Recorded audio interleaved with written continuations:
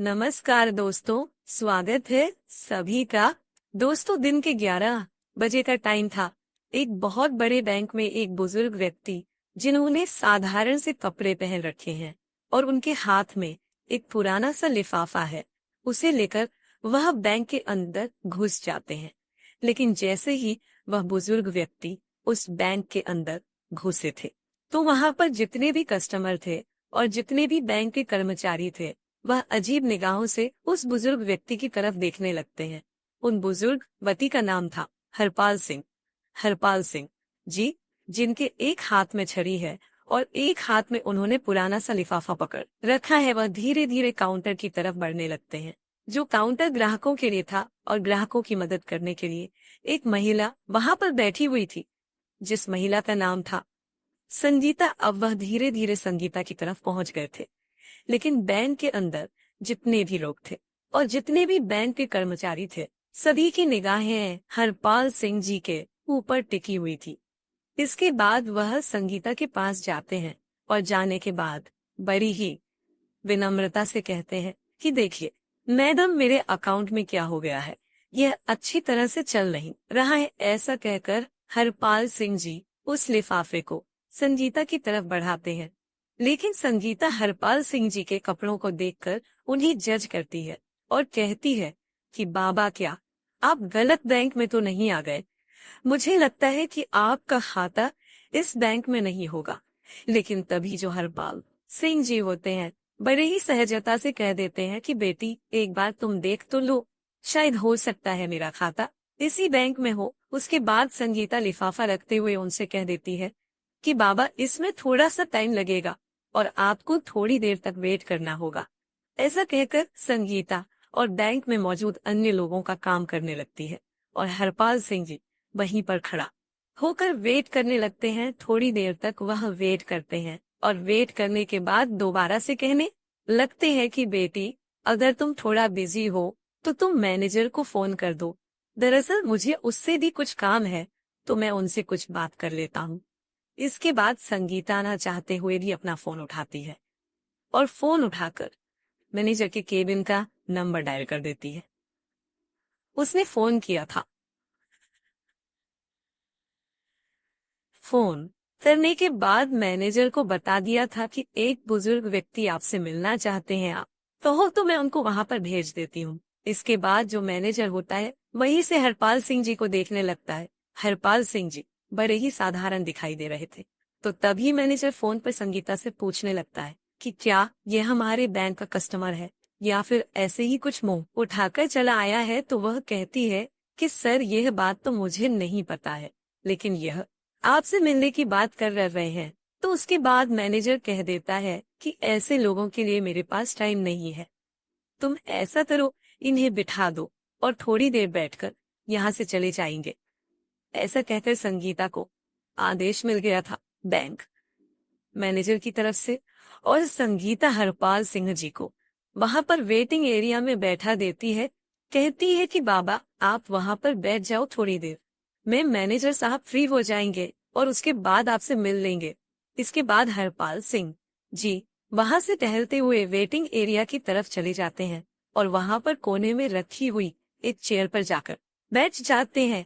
सभी लोग अभी तक भी हरपाल सिंह जी की तरफ देख रहे थे, क्योंकि वहां पर जितने भी कस्टमर आया करते वह अच्छे खासे सूट बूट में आया करते।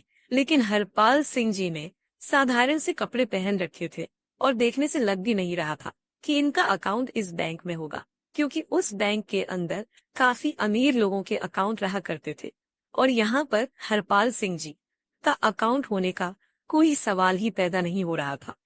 इसी वजह से हरपाल सिंह जी आकर्षण का केंद्र बन गए थे और सभी लोग उनकी तरफ घूर घूर कर देखे जा रहे थे और तरह तरह की बातें उनके बारे में बना रहे थे। यह बातें हरपाल सिंह जी को भी सुनाई देती है, लेकिन वह इन सभी चीजों को इग्नोर करते हैं और अपना नंबर आने का वेट करते रहते हैं। वह सोचते हैं कि थोड़ी देर में मैनेजर आएगा और उससे मैं बात कर लूंगा।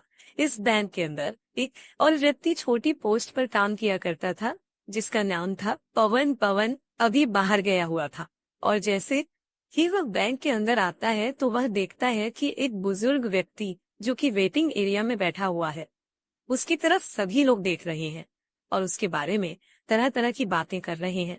कोई उसे भिखमंगा कह रहा है और कोई कह रहा है कि इस बैंक के अंदर तो इसका अकाउंट हो ही नहीं सकता और ये यहाँ पर कैसे आ गया, ऐसे लोगों को इन लोगों ने क्यों बैठा रखा है।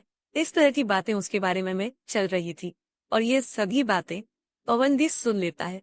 तो उसके बाद पवन सीधा हरपाल सिंह जी के पास जाता है और वहां पर जाकर बड़े आदर भाव से उनसे पूछने लगता है कि बाबा आप यहाँ पर क्यों आए हो और क्या काम है आपको। क्योंकि पवन को यह सब कुछ बड़ा ही बुरा लगता है। वह बुजुर्ग व्यक्ति हालत को देखकर थोड़ा सा परेशान हो जाता है और इसी वजह से वह उससे पूछने के लिए गया था। वहां पर जाने के बाद वह बुजुर्ग व्यक्ति पवन को बता देता है कि मुझे मैनेजर से मिलना है और उससे मुझे कुछ काम है। इस बात को सुनकर पवन उनसे कहता है कि ठीक है बाबा, आप थोड़ी देर यहाँ पर वेट करो और मैं अभी मैनेजर से बात करके आता हूँ। इसके बाद पवन मैनेजर के केबिन में जाता है और उन्हें उस बुजुर्ग व्यक्ति के बारे में बता देता है। लेकिन मैनेजर पहले से ही उस बुजुर्ग व्यक्ति के बारे में जानता था और कहने लगता है कि पता है मुझे, मैंने ही उसे वहां पर बिठा रखा है। थोड़ी देर वहां पर बैठेगा और बैठने के बाद वहां से चला जाएगा।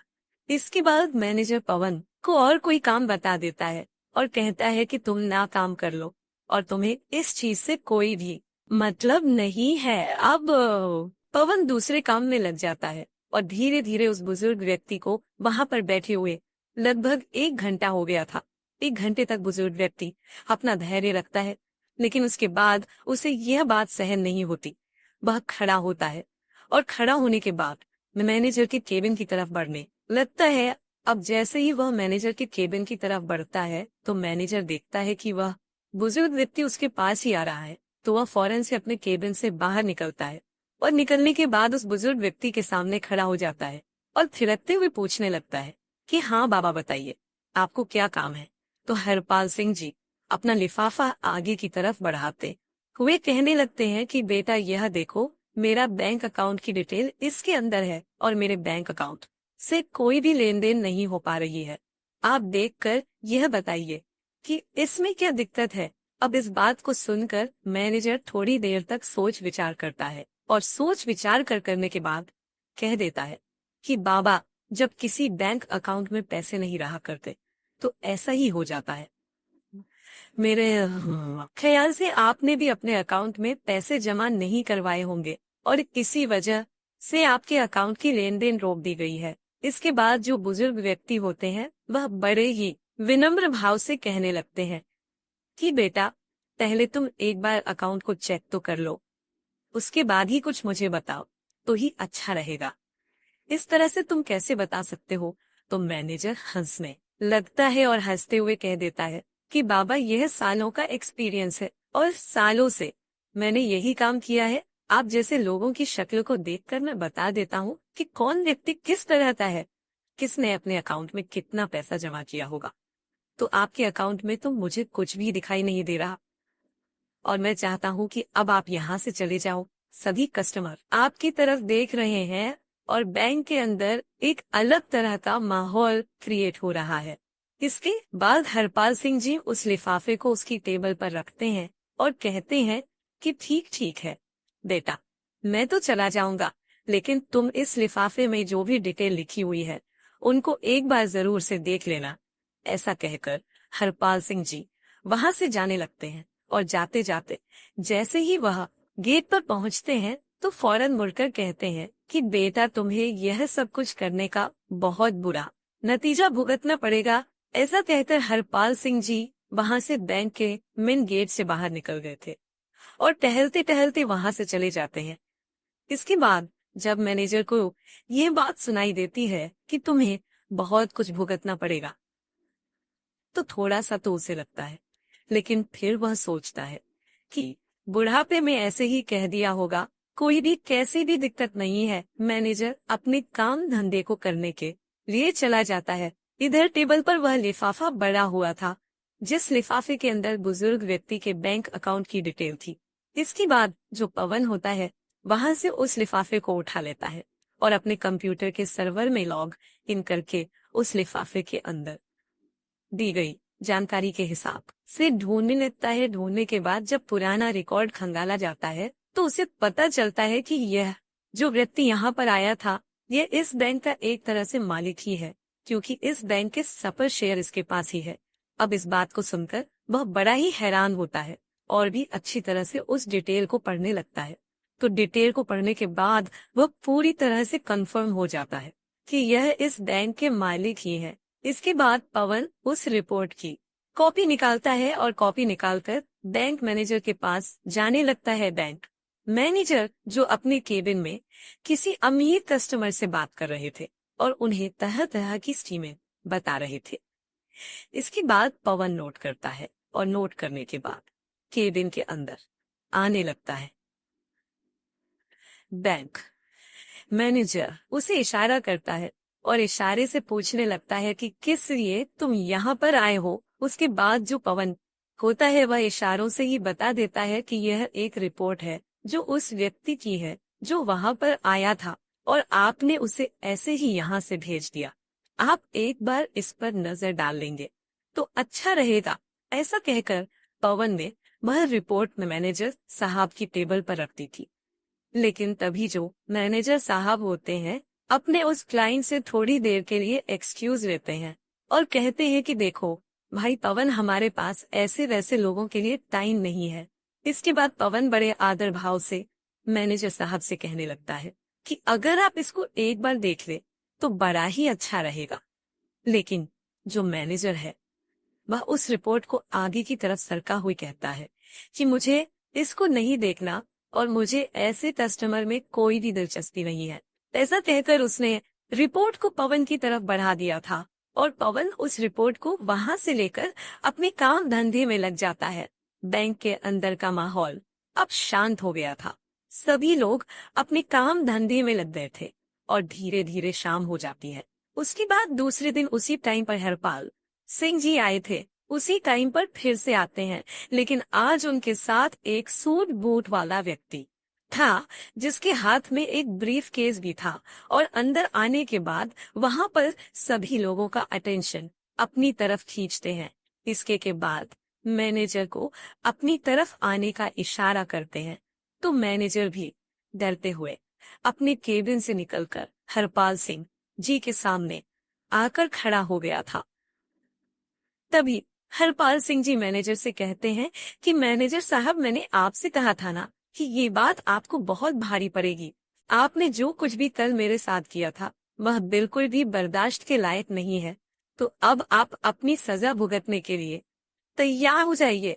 इस बात को सुनकर मैनेजर थोड़ा सा बौखला जाता है, लेकिन फिर वह सोचता है कि क्या सजा मुझे दे सकते हैं, भला मैं साथ क्या कर सकते हैं। उसके बाद हरपाल सिंह जी कहते हैं कि तुम्हें मैनेजर के पद से हटाया जा रहा है और तुम्हारी जगह इस बैंक में काम करने वाले पवन को मैनेजर बनाया जा रहा है और तुम्हें फील्ड का काम देखना होगा। इस बात को सुनकर मैनेजर थोड़ा सा बौखला जाता है और वह कहने लगता है कि आप होते कौन हो मुझे इस तरह से हटाने वाले। तो हरपाल सिंह जी कह देते हैं कि मैं इस बैंक का एक तरह से मालिक ही समझ लो, क्योंकि 60% शेयर वैल्यू मेरे पास है और मैं चाहूँ तो तुम्हें हटा भी सकता हूँ और किसी और को तुम्हारी जगह लगा भी सकता हूँ। यह बात सुनकर बैंक के अंदर जितने भी कर्मचारी थे और जो कुछ कस्टमर कल भी इस बैंक के अंदर आए थे और आज भी आए थे, वह सभी लोग एकदम से हैरान हो जाते हैं और हरपाल सिंह जी की तरफ फटी रह गई निगाहों से देखने लगते हैं। इसके बाद वह व्यक्ति जो हरपाल सिंह जी के साथ आया था वह अपने उस सूटकेस को खोलता है और खोलने के बाद उसमें से एक डॉक्यूमेंट निकालता है जो कि पवन की प्रमोशन का था। उसे एक बैंक मैनेजर बना दिया गया था। इसके बाद में दूसरा लेटर निकलता है जिसको बैंक मैनेजर को दे देता है और कहता है कि अगर तुम्हें फील्ड में ड्यूटी करनी है तो तुम बेशक से कर लो, लेकिन मैनेजर बनकर तुम इस बैंक में नहीं रह सकते। ये बात सुनकर मैनेजर के पसीने छूटने लगते हैं और वह अपनी कल की गलती के लिए बुजुर्ग व्यक्ति से माफी मांगने लगता है। लेकिन तभी जो हरपाल सिंह जी होते हैं वह उसे उठाते हैं और कहते हैं कि माफी किस बात की मांग रहे हो और मैं किस वजह से तुम्हें माफ कर दूं। तुमने मेरे साथ जो व्यवहार किया था वह हमारे इस बैंक की पॉलिसी के खिलाफ है। क्या तुमने कभी भी इस बैंक की पॉलिसी नहीं पढ़ी? यहाँ पर गरीब और अमीर में कोई भी फर्क नहीं किया जाएगा और सभी को एक ही पलड़े में तोला जाएगा। दरअसल इस बैंक की स्थापना हरपाल सिंह जी ने की थी और उन्होंने यह बात पहले ही घोषित कर दी थी कि इस बैंक के अंदर किसी को भी गरीब नहीं समझा जाएगा और न ही किसी को ज्यादा अमीर समझा जाएगा। सभी के साथ सामान्य व्यवहार किया जाएगा और कोई भी बैंक का स्टाफ ऐसा करता है तो उसके खिलाफ कड़ी से कड़ी कार्रवाई की जाएगी। तो हरपाल सिंह जी कहते हैं कि वह तो मैं तुम पर रहम कर रहा हूँ कि तुम्हें काम करने योग्य छोड़ रहा हूँ, वरना मैं चाहूँ तो तुझे यहाँ से हटा भी सकता हूँ। जो तुमने मेरे साथ किया है वह बिल्कुल भी किसी के साथ नहीं होना चाहिए। तुम्हारे बैंक में काम करने वाला पवन, जिसके हाथ में कुछ भी नहीं था, लेकिन फिर भी उसने मुझसे आकर पूछा और मेरे लिए कुछ करना चाहा, तो इस पोस्ट के लिए वह असली हकदार है, ताकि वह ग्राहकों को अच्छी तरह से समझ सके और उनके कपड़ों को देखकर उनको कुछ जज ना कर सके। ऐसा कहकर हरपाल सिंह जी संगीता को बुलाते हैं और संगीता को भी इस बात के बारे में फटकार लगाते हैं। कहते हैं कि मैं तेरी गलती समझकर तुम्हारी इसे माफ कर रहा हूँ, लेकिन बैंक के अंदर कोई भी व्यक्ति अगर आए तो उसको उसके कपड़ों से जज नहीं करना है, उसके बारे में तसल्ली से देखना चाहिए। अगर तुम मुझे पहले ही हैंडल कर लेती तो इस मैनेजर के पास मुझे नहीं जाना पड़ता और मुझे और ज्यादा अपमान का सामना नहीं करना पड़ता। इसके बाद संगीता हाथ जोड़ने लगती है और उनसे माफी मांगने लगती है। कहती है कि बाबूजी मुझे माफ कर दो, मुझसे बहुत बड़ी गलती हो गई और आगे से आपको ऐसा कुछ भी देखने को नहीं मिलेगा। इसके बाद हरपाल सिंह जी वहां से उस व्यक्ति के साथ वापस जाने लगते हैं और सभी लोगों से कहकर गए थे कि पवन से बहुत कुछ तुम्हें सीखने की जरूरत है और इससे जितना हो सके उतना सीख लीजिए, तुम्हारे लिए अच्छा होगा। अब मैं बीच बीच में यहाँ पर किसी को भेजता रहूंगा जो तुम्हारी इन हरकतों के बारे में अच्छी तरह से मुझे रिपोर्ट दे सके। कि ऐसा कहकर हरपाल सिंह वहां से चले गए थे और बैंक का पूरा स्टाफ इस बारे में करने लगता है और सोचता है कि अब अच्छी तरह से काम करना होगा। कहीं अगली बार उनका नंबर ना आ जाए, इस बात को सोचकर पूरा बैंक सुधर जाता है और सभी लोग अच्छी तरह से उस बैंक के अंदर काम करने लगते हैं। हरपाल सिंह जी का यह कारनामा चारों तरफ फैल गया था और सभी लोग उस बैंक की बढ़ाई करने लगते हैं और कहते हैं कि मालिक हो तो ऐसा हो, वरना बेशक से ना हो, क्योंकि ज्यादा मालिक अपने बैंक को खोलकर चले जाते हैं। फिर चाहे पीछे से मैनेजर किस तरह का काम करें या पीछे से कोई भी कर्मचारी कैसा भी काम करे, उन्हें इस चीज से कोई भी मतलब नहीं होता है। लेकिन हरपाल सिंह जी ने अपने ऑनर होने का पूरा कर्तव्य निभाया और उस बैंक के कर्मचारियों को अच्छा सा सबक सिखाया। आप क्या कहना चाहते हो हरपाल सिंह जी के बारे में? आप क्या कहना चाहते हो पवन के बारे में? आपकी जो भी राय कमेंट बॉक्स में लिख सकते हो, लोगों के साथ शेयर कर सकते हो। वीडियो अगर अच्छी लगी तो वीडियो को लाइक और चैनल को सब्सक्राइब जरूर करें। आप सभी का बहुत बहुत धन्यवाद। नमस्कार दोस्तों, स्वागत है